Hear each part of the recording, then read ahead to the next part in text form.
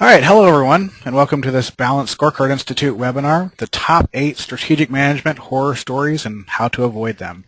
In the spirit of Halloween, which we are celebrating here in the U.S. next week, today we're going to be gathering around the electronic campfire and tell some scary stories about some of the more horrifying balanced scorecard and strategic planning and management situations we've encountered. These stories are all based on real situations that my co-host, Gail Perry, or I have observed over the many years working with strategic planning and management clients all over the world. Before we get started, we'll introduce ourselves. My name is David Wilsey, and I am the Chief Operating Officer at the Balanced Scorecard Institute. I have an unusual background for a strategic management consultant. I began as a musician, actually got a degree in music education, and then I quickly shifted to manufacturing, where I worked in the piston business. I designed race car pistons for almost a decade. That's where I first experienced some of the challenges of strategy management that we'll talk about today. About almost 9 years ago, after completing graduate school, I began working at the Balanced Scorecard Institute as a full-time trainer and consultant, and quickly discovered that many organizations experience the same challenges. I've since consulted with dozens of clients year in and year out, and have helped many organizations avoid the stumbling blocks that we will talk about here today. I'm joined today by a colleague, Gail Perry. Gail, would you like to introduce yourself? Hello everyone. I'm glad to see so many of you on this webinar. We actually have a capacity crowd of 500. I've spent my 20-year career in management consulting, and I too have experienced deeply frustrating challenges when trying to help clients with strategic transformation initiatives. I'm an engineer by training, and at first I thought the problem was that I didn't have a business background, so I went back and got my MBA. It took a few more hard knocks for me to realize that I was running up against the same problems over and over, and it had nothing to do with my education. There was a pattern to the failures, and it gives me great pleasure now to help my clients navigate around the common pitfalls that cause strategic management efforts to fail, and I'm delighted to share this knowledge with you today. One quick announcement that I'd like to add is that I'm coming to you from Dallas, Texas, and I've been experiencing some technical difficulties this morning. We tried everything short of ripping the floorboards out of my office to find the faulty wires, so if my voice crackles, please bear with us. David will let me know if I need to pause for a second and let the system settle, and I apologize in advance. I'm guessing many of the folks on the line have experienced struggles similar to what we have. Before we get started, let's get some quick feedback. Can everyone please open the questions panel on your GoToWebinar interface and share with us some of the struggles you have encountered with strategic management?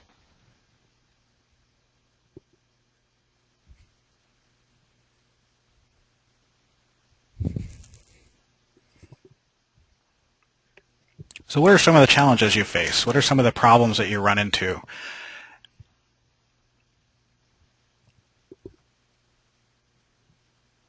Here we go. It's starting to come in now. There we go. Wow, Whoa, here they go. Oh my gosh.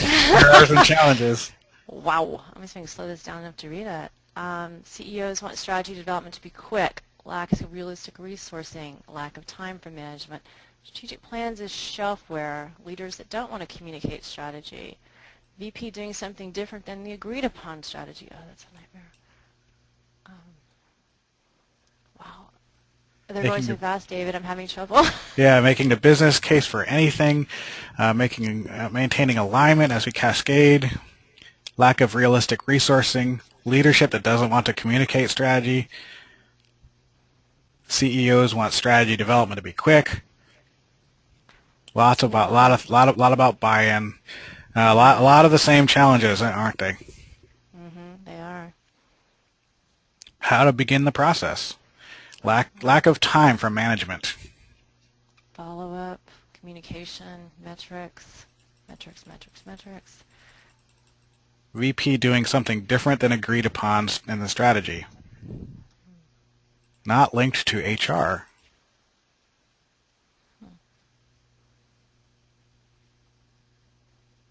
Thank you, guys. Wow. Yeah, excellent. Keeping strategy a secret because it's not yet finished. That's a good one. We'll definitely be talking about that. Alignment, not taking time to get organization aligned. Management finds it complicated. That's an interesting problem. Selecting relevant and appropriate metrics. Oh, you already talked about that.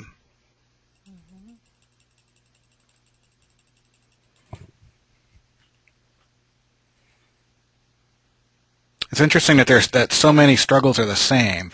Like I said, some of these we'll actually be covering today. If we have time at the end, we will open the floor for questions and see if we can talk about any of these horrors that we don't cover today. So let's get started with the top 8 horrors that we have observed, and then come back to some of these others during the question and answer period at the end. We'll start by describing the top stories, and then we'll talk through the root causes and the solutions. The good news here is that many of these problems are completely avoidable if you approach strategic management in a systematic way. Gail, do you want to get us started? Sure. Horror number 1 is called the spreadsheet seance. David, do you remember the client that you and I went out to try and help a couple years ago? Mm-hmm. The client had been given a spreadsheet from the parent company and told to deduce a balanced scorecard-based strategic management system. Basically, they were expected to try and deduce the corporate strategy from the metrics on the spreadsheet. It felt like we were performing a seance, trying to deduce the thoughts of others who were not present in the room. Okay. Is that better? Yeah. Are we back now? Horror number 1, it really amounts to stripping strategy down to an Excel spreadsheet. Sending it out with some cryptic directions and giving people ridiculously short deadlines to fill in the blanks, or on how their division or their unit or their department will contribute to the organization-wide strategy. I refer to this as throwing the spreadsheet over the wall. Usually you're asked to submit measures, targets, initiatives, and yet you're giving nary a clue as to what the big picture strategy might be. If you hear my voice becoming stressed and tense right now, it's because this is a very common problem. And I'm the one here at the Institute that feels the please help me calls from people who see the word balanced scorecard or strategic management in the file name of the incoming spreadsheet, perform a frantic Google search, and call us for help. Just last week, I fielded a call like this from a bright, dedicated team, and they wanted very much to comply with the corporate directives, but they felt the spreadsheet was full of holes that wouldn't help them actually contribute as fully as their division potentially could to the corporation. My heart ached for them. I mean, they wanted to do the right thing, but that spreadsheet had them hogtied. Hogtied? Is that like Texan for limited in options? Sorry, David. Yes, thanks for the translation. And I'm sorry, people, but a spreadsheet of metrics does not communicate strategic intent. No one can look at a metric and understand the full scope of what the organization is trying to accomplish and figure out how they can contribute. In fact, many employees never even realize that the spreadsheet has anything to do with strategy. They think it's an exercise in developing measures. I once trained a gentleman whose company had used a balanced scorecard for years and years. And he came to class, and at the end of the very first day, he came up to me, and he just sat a look on his face. He said, all these years, I filled out that spreadsheet, and I had no idea it had anything to do with strategy. Just imagine how much more my division could have contributed if I'd understood what was behind the spreadsheet. Okay, so if horror number 1 is the spreadsheet seance, horror number 2 is actually a well-documented medical condition that many organizations suffer from called measurophobia. This is a horrifying situation for an organization to be in where no one wants to actually measure anything. Gail, what are the causes of measurophobia? Well, there are actually many different causes of measurophobia. One is when teams go catatonic when trying to measure something intangible. You know, they're told to measure something like culture, innovation, loyalty, leadership, engagement. I mean, how do you measure that? Another is caused when they're told to find a measure or set a target without being given any context for the measure. And for example, just yesterday, someone called and asked me, how do other people measure productivity? I felt sorry for them. I mean, they'd been told to come up with a measure of productivity, but they had no context in which to do it. I mean, seriously? Well, I can think instantly of a dozen ways to measure productivity. I have no way to assess if any of the ways I know are meaningful within the strategic context at this organization. I mean, what kind of productivity would be vital to their strategy? Are we talking about quality, throughput, cost reductions, waste, individual productivity, sales productivity, supply chain productivity? What? I mean, people think there's like some magic spell book out there somewhere that lists the perfect measure. but they are missing a key criteria for actually choosing a metric out of this magic book. It's like knowing that I'm a great cook, so you call me up and say, hey Gail, quick, give me a recipe. For what? For a cocktail? For an entree? What are you going to use for cooking equipment? Do you have a gourmet kitchen or a cauldron over an open fire? You know, are you cooking a dinner for 2 or a feast for 100? In other words, what is the context and objective for the recipe? I know lots of recipes, I know lots of measures, but in either situation, handing you something random won't necessarily help you. Yeah, there's another common cause for measurophobia. That's when people are afraid of being punished for bad news. I once told someone in the airport that I was a balanced scorecard consultant, and the guy said that he lost his job once because of the balanced scorecard. He said that the communication company that he worked for based their quarterly layoffs on the balanced scorecard measurement system, and so if you didn't hit your numbers, you were let go. You know, it was a horrifying place to work, and the measures were useless because so many people spent so much of their time trying to game the system that the data was completely unreliable. Gail, do you want to tell us about horror number 3? Horror number 3 is the opposite of the last one. It's when organizations are actually really good at measuring stuff, or they hire a software firm to populate a system with every measure they can drum up. And the metrics in their strategic management system multiply like rabbits. I met with an organization once that had thousands of strategic metrics, and they couldn't figure out why their strategy execution had stalled, why people were confused by and just ignored the system. David, you have a lot of experience with this, don't you? Sure. Yeah. One utility I worked for told me that due to different regulatory requirements, they had almost 100 different metrics that they were all designed to tell them basically whether or not the power was on. It was an overwhelming amount of work to maintain them, and yet none of them really helped them to make better decisions.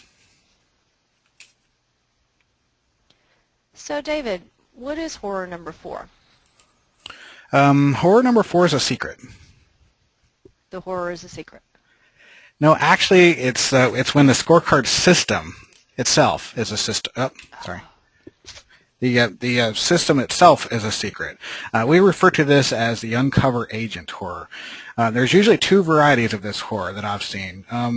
The most common is when you have an executive leader who wants to get this done in a hurry, and so they build a scorecard on their own or with only the top 2 or 3 executives. They sometimes even implement the scorecard without any input from anyone else in the organization. I spoke to one CEO who had used the scorecard for almost 2 years on his own without his organization even knowing it. You know, needless to say, that wasn't very helpful for the organization. The second variety of the undercover agent horror is when you have a team of planners or analysts who want to build a scorecard, but they don't have support of upper management. Instead of building that support, they just try to sneak the system into place under the radar. You know, I spoke to some folks at a large organization at one point. They had the process improvement department wanted to build and implement a strategic performance measurement dashboard system, but they didn't have the support of management or even the strategic planning and management office. They managed to get all the pieces in place, but when they were done, they wondered why no one was using it. So it ended up just being a big waste of time. Horror number 5 is a common problem that we see from time to time called system disintegration. This is when the moving gears of the strategic management system rust and wear out over time. Organizations that are really good at this will often say that it runs like a well-oiled machine. You know, strategy becomes ingrained in their culture and embedded in their business processes. This horror happens when people stop working together to make the system work. When it happens, it can lead to disaster. Yeah, this is sadly true. The most awful story I have to tell about this is when a human resource specialist called us up a few months ago. She was so frustrated. She worked for a large organization, and her job was to help people develop their annual individual performance goals. Now, these goals were based on the targets on the organization's balanced scorecard. So every year, the individual targets kept being raised, and she said, how much higher can we possibly ask people to jump? Where's the end of the madness? Well, we, of course, knew that to get to the root of the problem, we should talk to the people who actually own the balanced scorecards and knew something about the targets. So we asked to speak to someone in the strategy office. And this frustrated her all the more. She said, why on earth would you want to talk to someone in that department? This is an HR problem. It turns out that at one time this organization was running like a well-oiled machine, and that all the related processes and systems were designed to align the organization around strategy execution. But then somehow strategy formulation became decoupled from the HR portion of the strategic management system. Gail recently wrote a blog about number 6 on our list. Gail, do you want to explain that nasty smell coming from the fridge? Sure. What this slide refers to is that sick feeling that people get sometimes after using their strategic management system for a while. In the beginning, things were going great, but then somewhere along the way, it loses something. We call this strategy spoilage. People use terms like, it leaves a bad taste in our mouths, or feels like an anchor weighing us down, or it feels boring, old, and stale. These are statements that are all warning signs, of course, warning that something has gone awry during strategy execution. Only in this case is that the organization has unconsciously changed their strategic direction, or they're reacting to things in their environment, but they never stepped back and purposely updated their strategy and the integrated strategic management system. So the things in the system, the objectives, the measures, the initiatives, the targets, they're all outdated, hence the bad smell. Have you ever opened your fridge and gotten a whiff of something really gross? I mean, you cringe whenever you open it, just hoping someone else will clean it out. Similarly, people develop an aversion to the strategic system when it's actually the items in the system which are outdated.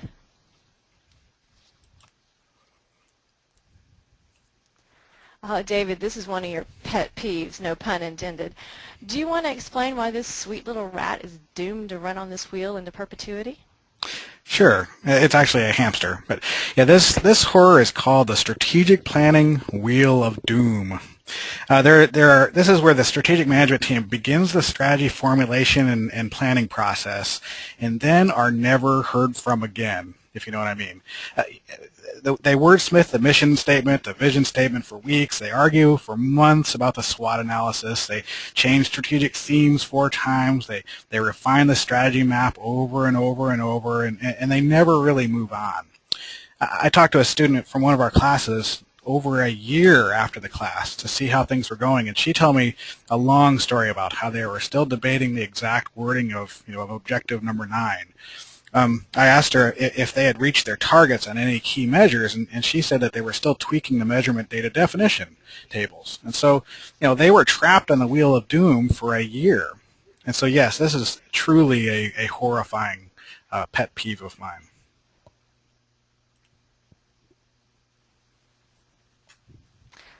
Horror number 8 is the scariest one of all. It's actually a death knell for any strategic management system. David, would you like to explain? Sure. Horror number 8 is called ghostly leadership. Ghostly leadership takes a couple of different forms. Sometimes leadership assigns the development of a scorecard system to a team and tells them to, just go do it.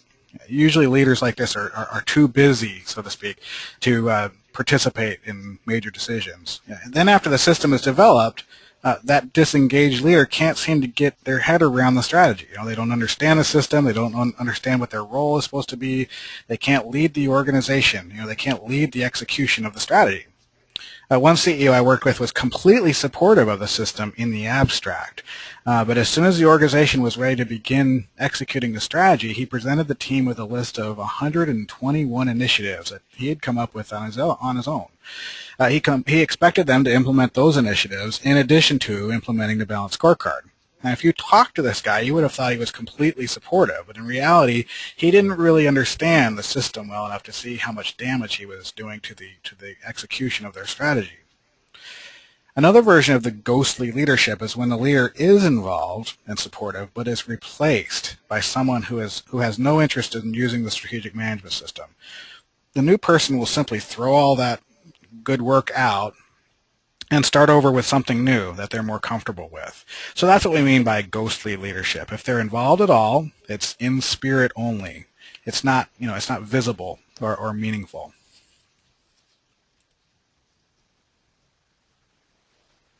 Okay, let's get some feedback. Wait, you're I have a gremlin again? Yes, the headset horror. Okay, start over. It's gone. Is it better? Yeah. Okay, let's get some feedback. As we review the horrors,